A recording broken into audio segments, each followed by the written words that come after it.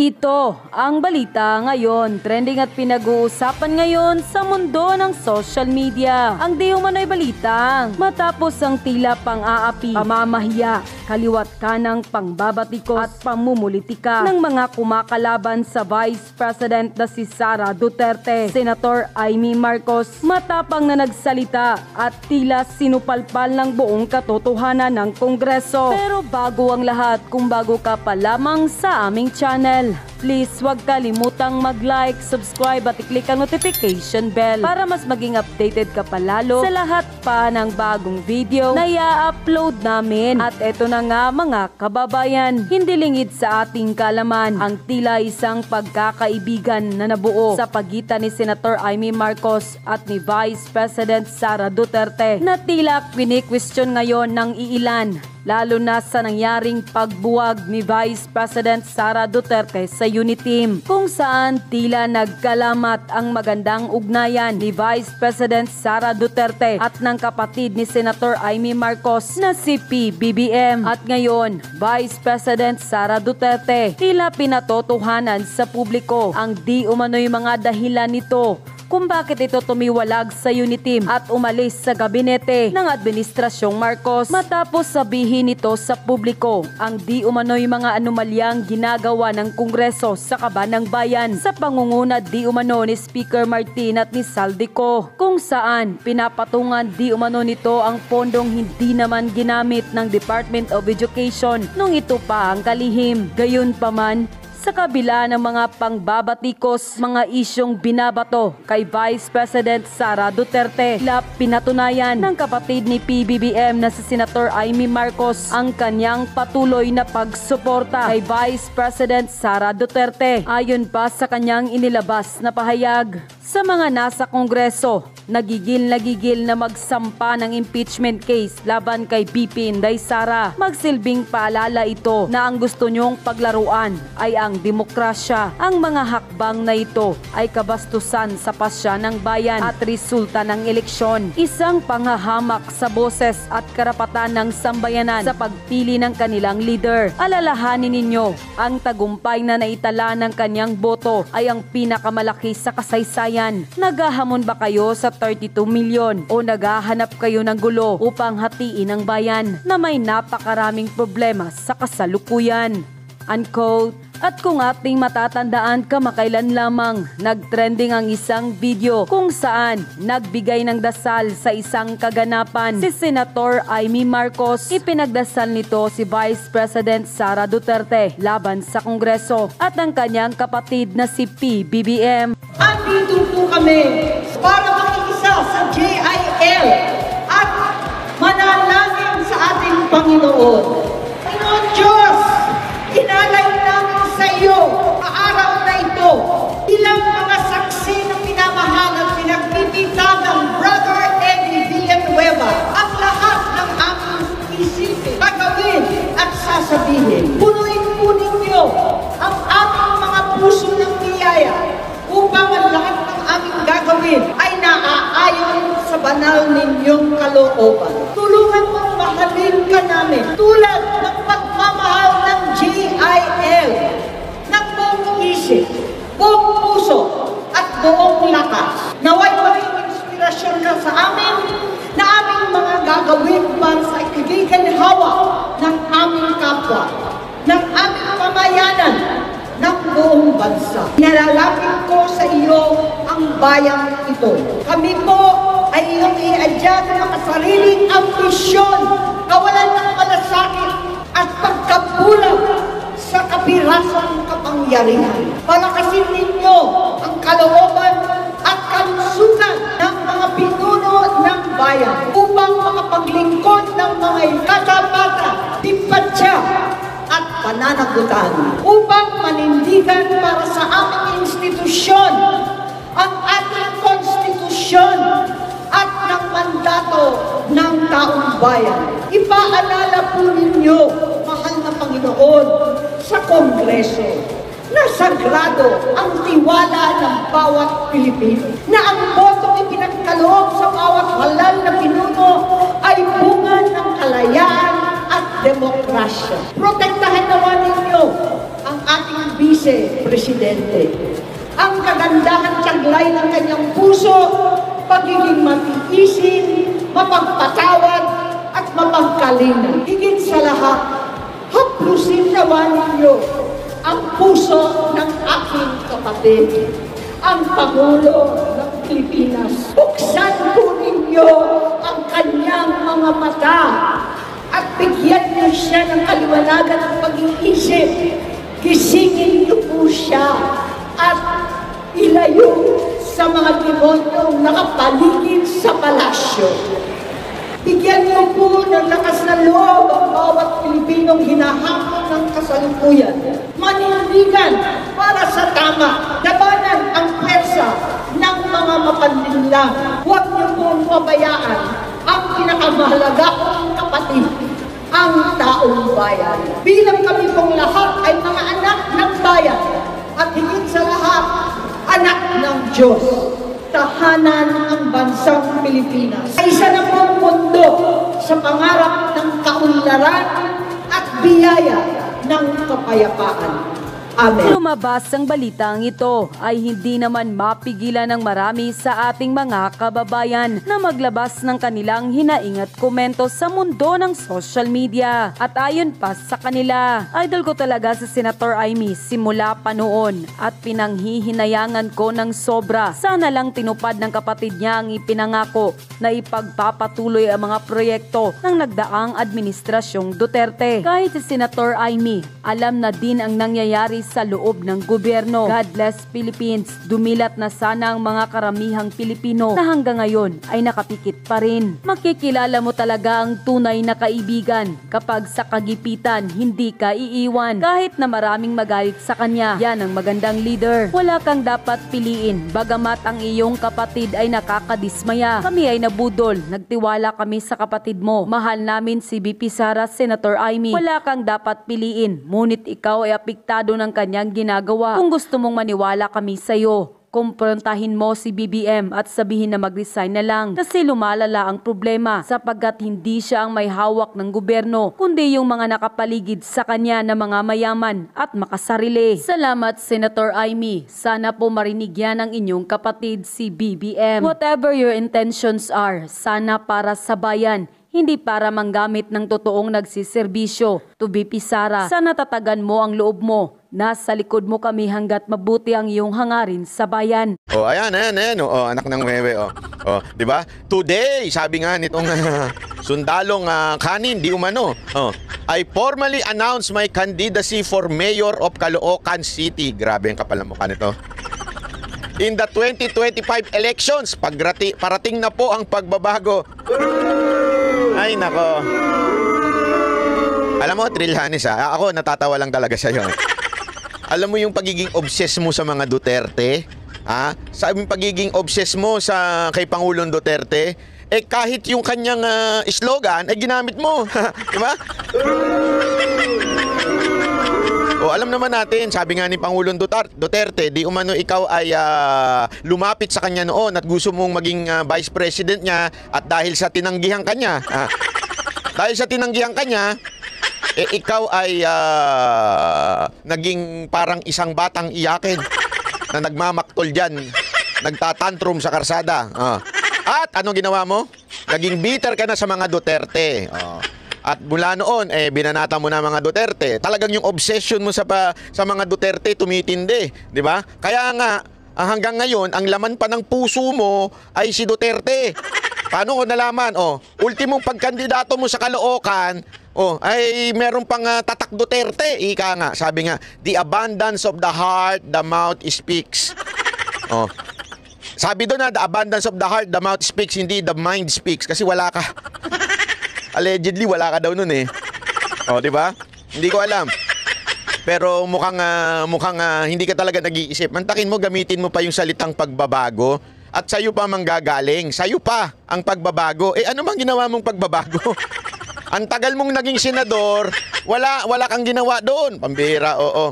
Wala kang masasabi nating concrete plan na napakinabangan ng taong bayan. Di ba? Wala. Ang haba ng panahon na yun, nagrebelde ka pa noon. Nag-awkward ka pa nun. Hindi kasi itong maman to, ito lang, itong maman to, di ba? Kesyo may pa mutiny pa sila noon dahil inaakusahan nila ang gobyerno, kurap ang gobyerno, ganito, ganire. So ibig sabihin gusto mo ng pagbabago. Nung naupo ka naman, wala naman nangyari, di ba? Anong tawag sa'yo? Di ba? Pagbabago ba ang gusto mo o parating na apo ang panggagago? Hindi ako nagtatanong lang, ha? Ha? Pangbabago ba yan o panggagago na naman yan? Alam mo, Trillanes, ha? Ito, speaking of your track record, ha? Speaking of your track record, Trillanes, alam niyo ba ito si Trillanes kung anong ginawa nito nung senador siya? Ang dami niya pong inaway na senador. Sino? Si Gordon, inaway niya. Si Subiri, inaway niya. Si Enrile, inaway niya. Sino pa? Si Cayetano, inaway niya. Lahat to, wala hong nakasundo ito. Mag-isa, may sarili hong mundo itong maman to eh. Mapa-oposisyon, mapano, talagang inaaway nito eh. Kasi nga ho, kaya nga 'di ba tinawag na ano ito kung ano nung tinawag ni Pangulong Duterte dito kay Trillanes dahil nga ho, kahol daw ng kahol. Dahil nga daw parang lagi na lang parang asong galit na galit. Yan ang tawag ni Pangulong Duterte na parang lagi na lang may kaaway, lagi na lang merong parang kinakagat o nilalabanan sa Senado. Paano kung naging mayor to? Sige nga ho. Alam nyo, eto ha, ang pagiging politiko ay hindi lamang patalinuhan. Wala na nga siya nun. Di ba? Hindi lang patalinuhan yan, hindi lang yan pagalingan. Ha? Dapat to meron kang charisma in a way, not just for the people, but also sa mga kasamahan mo sa loob ng City Hall, sa mga councilor, sa mga vice mayor. Kailangan meron kang ganyan. Hindi pwede yung banat ka lang ng banat. Bakit? Or else wala kayong magagawa.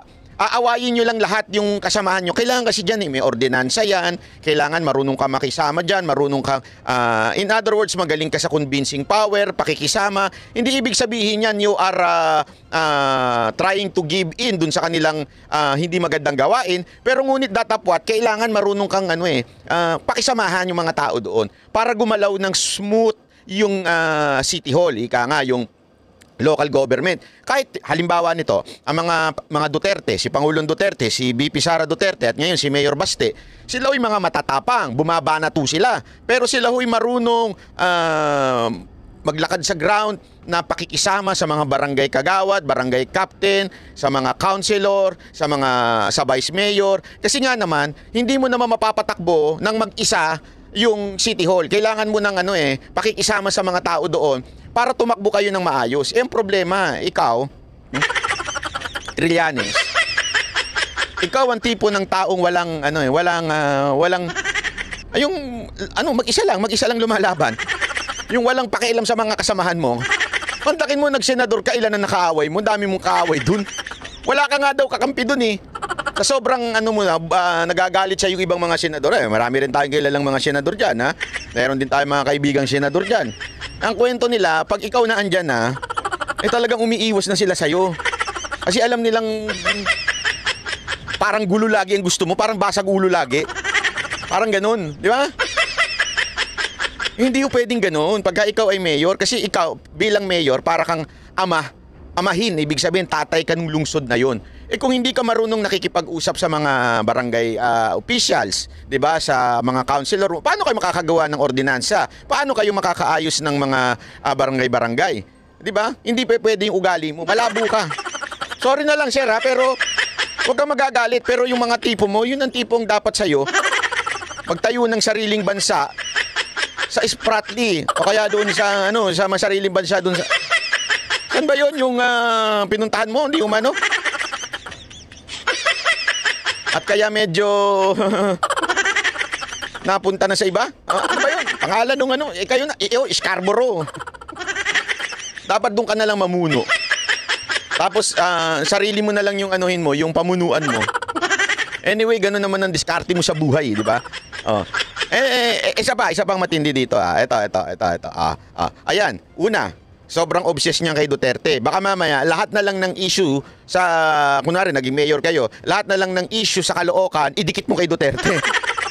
Kasi ganun kakabiter kay Duterte.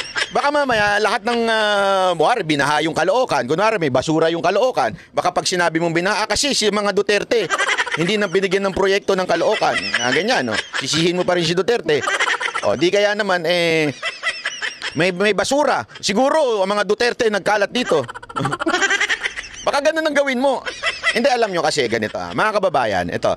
Kung maghahanap kayo ng leader, gusto nyo ng leader na maayos, napaka-importante po na ang leader ay, hindi ho yan negative. Ibig sabihin, dapat laging positibo ang pananaw niya. Pag may nakitang problema yan sa kanyang sinasakupan, instead na manisi ng kapwa, instead manisi ng ibang tao, manisi ng ibang politiko, siya positive lang. Hindi, gagawin natin to, aayusin natin to. Hindi, tapos na yan, nakaraan na yan, ayusin na natin to. Dapat ganun ang isang leader. Hindi yung leader na lagi na lang parang may baggage, parang yung laging binabanatan. Hindi pwede yun. Para makapag-move on ka sa buhay, dapat ikaw ay laging positibo. Ano ba ang pwede kong gawin dito? Huwag mo nang isisi doon sa nakaraan ganito. Dito pa nga lang yung mga banat mo ngayon dun sa kasalukuyang mayor dyan, binabanatan mo na kaagad, ha? Hindi ko kilala yung mayor dyan, ha? Pero binabanatan mo na kaagad, meron ka na mga patutsada, pambihira ka, papasok mo pa lang dyan. Di ba? Kakaano mo pa lang dyan, ganyan na kaagad ang estilo ng iyong pangangampanya. Hindi tama yan, sir. Hindi maganda yan. At kayo mga taga-Caloocan, kung ganitong klase ng mayor ang magkakaroon kayo, wala, lahat na lang, banat. Di ba? Okay lang bumanat kung ikaw si Banat Bay. Yun, di ba? Hindi. Okay lang bumanat kung ikaw ay isang vlogger, commentator, o kung ano pa man. Pero kung ikaw ay mayor na, iba na usapan doon. Leadership ang kailangan doon. Yun ang wala ka. Leadership skills, wala ka noon. Sir. Alam mo yun, eto na nga lang Eto nung buong senador ka, meron ka bang ginawa para sa Caloocan? Wala, di ba? Hindi nga ang tawag sa iyo, 'di ba, ng mga kuwari yung presiding senador doon, tatawagin sa iyo, gentleman from ganito. Hindi ka nga tinatawag na gentleman from Caloocan Bakit? Hindi nila alam taga Caloocan ka Walang nakaramdam ng presensya mo sa Caloocan Tapos ganyan susulpot ka, gusto mo maging mayor. Ang bira Hindi, eto, sige. Sabihin nyo, sinungaling ako mga taga Caloocan. Naramdaman nyo ba ito? Noong mga nakaraang problema nyo dyan, kung ano mang kalamidad na dinaanan ng inyong bayan, nagkasunog, namatayan kayo, bumagyo, o di kaya nung pandemya, sabihin na natin, kahit hindi na siya senador nung pandemya, hindi ako sure kung senador na siya o senador siya, pero gayon pa man, kung ikaw talaga ay public servant, sana man lang naramdaman yung presensya mo doon, tumulong ka, namigay ka, tumulong ka sa mga sakuna. Kasi kung talagang Caloocan ka, yung puso mo para sa mga taga-Caloocan, lumalabas ka nun. Ako nga magtatanong Wag na ako ang anuhin ninyo. Paniwalaan ninyo. Kayo mga taga-Caloocan, naramdaman nyo ba si Trillanes? Diyan sa Caloocan, tumulong, nagbigay ng tulong sa mga tao dyan, yung mga sakuna, yung nagkasunog, nagpunta ba siya dyan? Naramdaman nyo ba? Hindi, di ba? Eto nga yung tanong kayo ba mga taga-Caloocan, alam nyo ba taga-Caloocan ito si Trillanes? Hindi rin. Kasi nga missing in action to Sobrang missing in action itong tao na to. Ngayon lang nagparamdam kung kailan mag-e-eleksyon. Pa-announce pa, today I formally announce my candidacy for mayor. Kala mo naman may pakialam sa'yo mga taga-Caloocan. Akala mo naman mapapangahalagaan ka ng mga taga-Caloocan. Ay nako, Trillanes, kung ako sa'yo, pumunta ka na lang doon sa Scarborough, doon sa Spratly. Maghanap ka ng pamumunuang isda doon. Baka pwede ka pang mamuno sa mga isda. Sabihin mo sa mga isda, ang isda, sabay-sabay tayong lalangoy. Tapos langoy kayo papunta sa China, di ba? Hindi, kung ako sa'yo talaga, Trillanes, sa totoo lang, huwag na tayong maglokohan. Yung mga katulad mo, medyo hindi talaga pang mayor. Hindi talaga pang mayor ang tawag sa'yo. Ang kailangan sa'yo pang vlogger, ganyan. Kasi yung banat mo, yung style mo, bumabanat lagi. Vlogger yan. Ganyan ang vlogger. Walang problema doon, di ba? Kalayaan mo yan. Freedom of speech. Kahit nga pinipigilan mo yung freedom of speech ko Bakit yung kanyo pinipigilan? Di umano, allegedly, Ewan ko kung yun ang kanyang intention. I'm not sure if that is your intention, but nagdemanda ka nga sa akin di ba?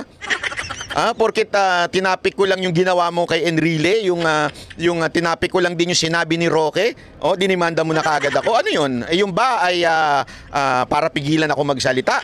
Huwag ganun. Hindi maganda yun, sir. Isa pa yan. Gusto ko lang i-point out sa mga taga-Caloocan.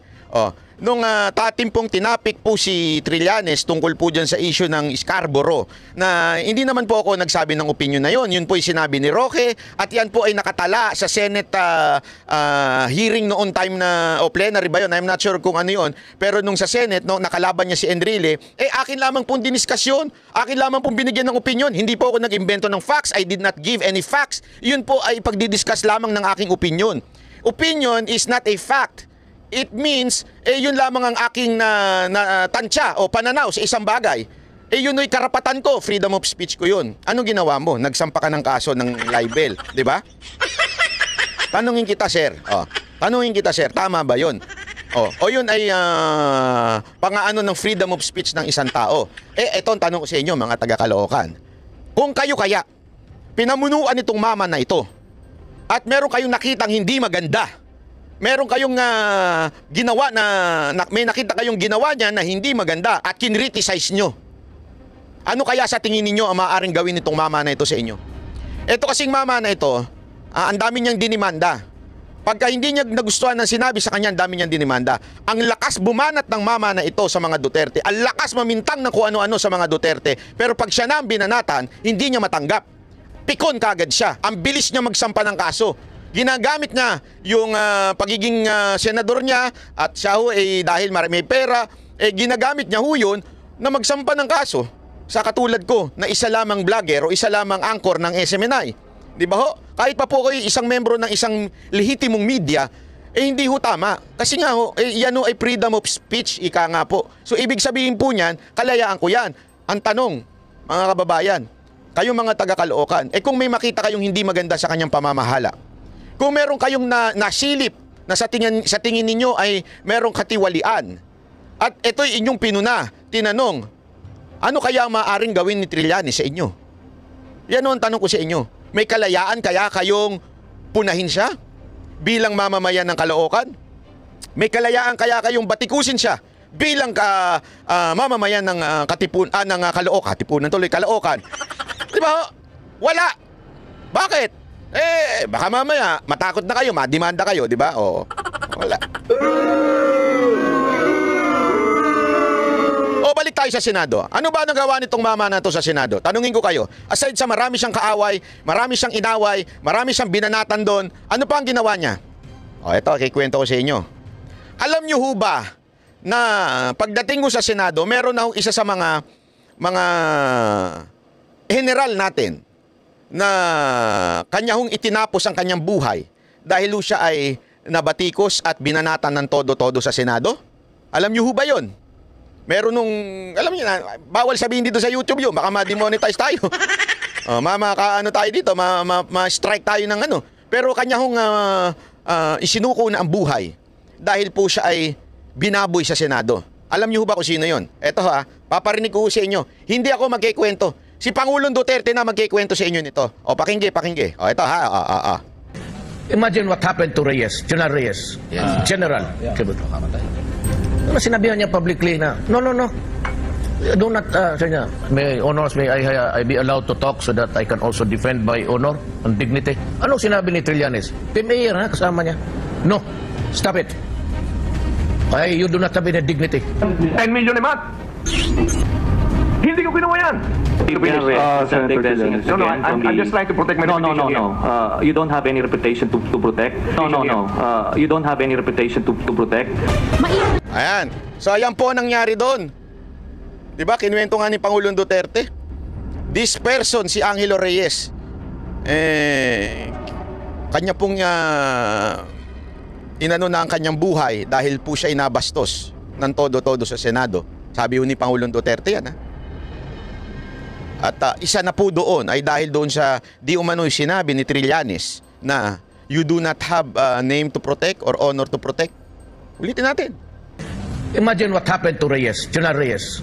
General. Sinabihan niya publicly na, no.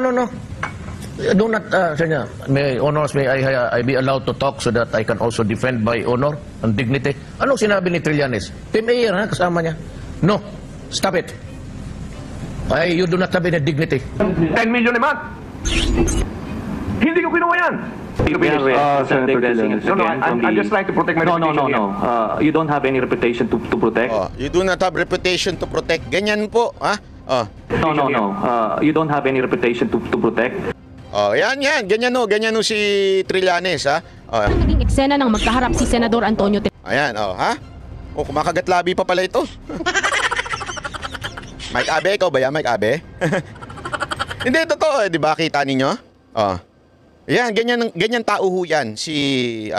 Again, hindi ko po sinasabing ang dahilan lang ni Angelo Reyes ay si Trillanes. That's not my point. Hindi yun. Maaring maraming dahilan kung bakit hindi natin alam. Siya lang ho nakakaalam nung kung anong dahilan.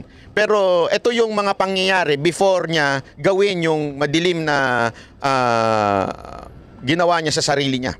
Yung kanyang pinatay ang kanyang sarili.